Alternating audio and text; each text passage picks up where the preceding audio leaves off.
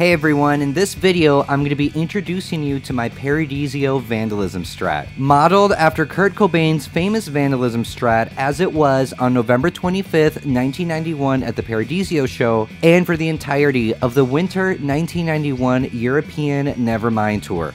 The Vandalism Strat went through 3 different forms. 4 technically if you count present day, but if we're looking at the 3 forms that we have footage of Kurt using, Form 2 with the Fernandez neck is the most popular and the one that gets the most love thanks to the Paramount show. And the first form, when it had its original fender neck like at Reading 91, would be in second place in my opinion in terms of the recognition it gets among the fans. But I very rarely see people bring up the third form, where it had the Kramer neck for the entire European leg of that tour. There are many great shows from that leg of the tour, and of course, the Paradiso is one of Nirvana's most popular shows thanks to its excellent video footage. So I'm very excited to shine a light on this form of the Vandalism Strat. This guitar started out as my Chris Store Paramount Vandalism Strat, a Squier Stratocaster that Chris masterfully reliced to be exactly like the Paramount show. He went so detailed on the damage and the dings. I've been saying since day one, since I've received it, that this guitar feels like a museum piece. I honestly don't believe that there is anyone else who can do this type of thing as well as Chris does. He even reshaped the headstock to make it look like a Fernandez and put a Fernandez logo on it.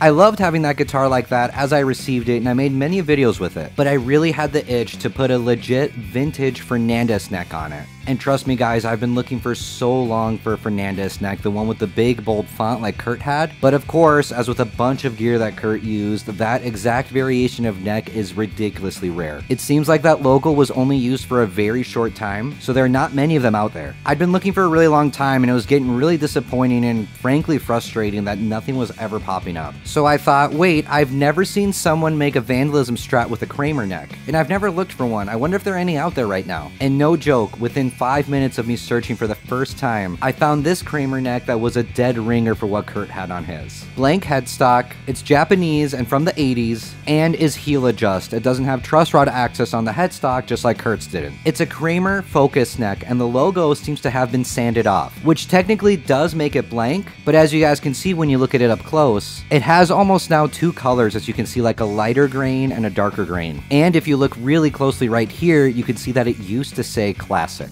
So because of that, I'm willing to say that this neck isn't the exact same model that Kurt had on his. But this neck visually 100% checks off all the boxes, which is why I went for it. I also got excited when I saw that it was a Kramer Focus, because there is a really great video on the Vandalism Strat here on YouTube by the channel Secrets of Rock. In that video, they say that the neck was a Kramer Focus neck.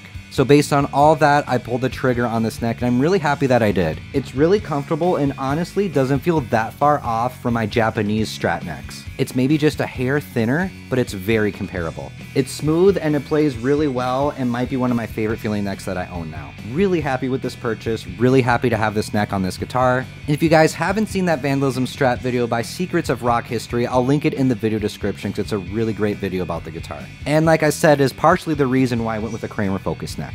So that's the biggest change to this guitar, is the new neck, but here are the other changes I made to make this guitar less Paramount and more Paradiso. I removed the duct tape from the upper horn that Chris had put, and I added some more damage myself right here. I took off the paint here using a box cutter, and I'm just going to be upfront and admit that I'm not good at relicing at all, so I know compared to the other dings on this guitar, this one probably looks pretty amateur. It doesn't look as authentic or as damaged as the dings that Chris himself did, but when I take a step back and look at the entire guitar in the big picture, I'm happy with how this damage looks. Now let's talk about the pickups. I replaced the neck and the middle single coil with Fender Vintera 60s vintage Stratocaster pickups. At this point, I've done a lot of Strat builds, and Strats have probably become my favorite guitar model now. I've gone through a lot of single coil sets through these builds. I've always liked the Texas Special, and especially the Tex-Mex, but when I got my 2 vintage Japanese Fender Strats, the one that I made into my Vandalism Strat and my VMA Strat, I was blown away by their vintage single coils. These guitars have seriously the best clean sounds I have ever played, and it's all thanks to their 90s ceramic Japanese single coils. But this Vintera 60s set kind of blew my mind. I A-B'd this Vandalism Strat single coils with my ultra accurate Vandalism Strat single coils, and they are extremely similar.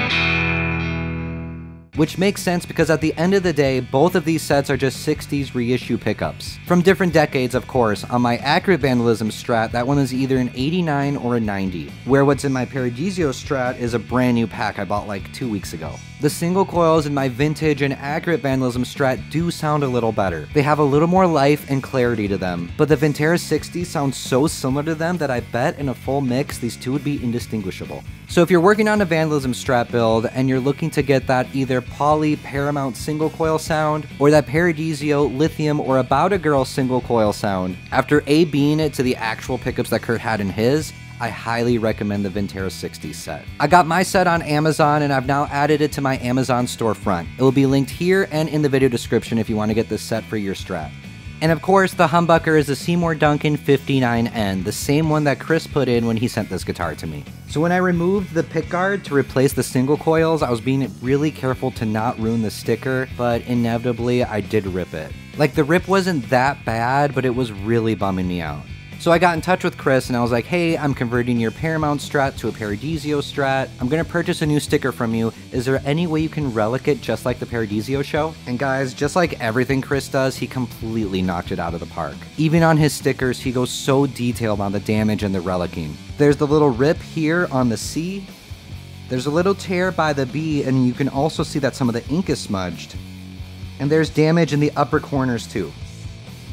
There is a great classic photo where we can clearly see Kurt's Vandalism Strat sticker at the Paradiso show, and comparing Chris's sticker to that photo, it's basically exact. He did such a good job with this sticker. And he let me know after he made it that he's now going to be offering this Paradiso Vandalism Strat sticker. That's in addition to the other two he already sells, the Clean and the Roadworn. If you use my coupon code Nirvana Guitars on his website, you can get 2 Vandalism Strat stickers for the price of 1. So if you need this sticker for your Vandalism Strat build, no matter which era, I will always recommend going to Chris' store first. No one out there does it better than him.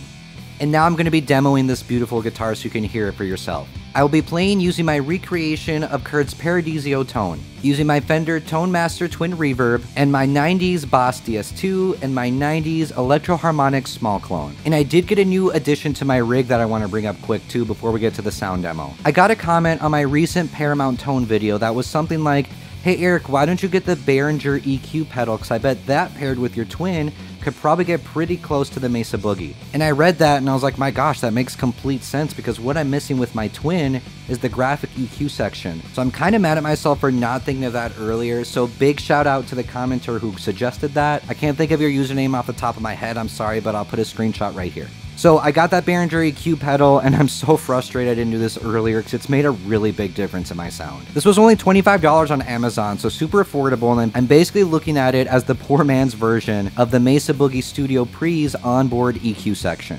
Here's some samples quick so you can just hear for yourself how much of a difference this EQ pedal has been making.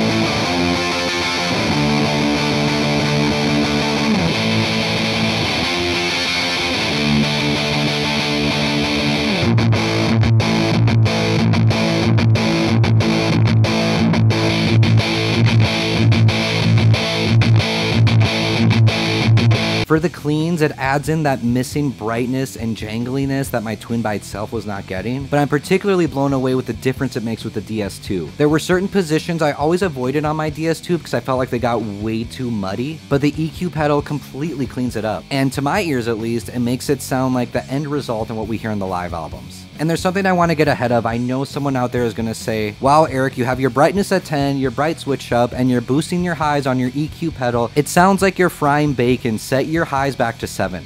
So yes, my guitar in this demo has a lot of high end, but if you listen to the Paradiso show, Kurt's guitar had a lot of high end too.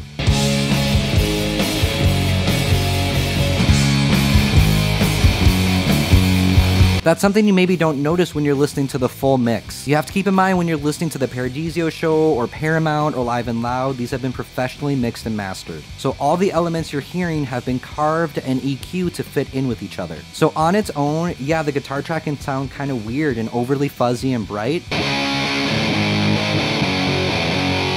But throw that track in the context with the mix and it sounds awesome.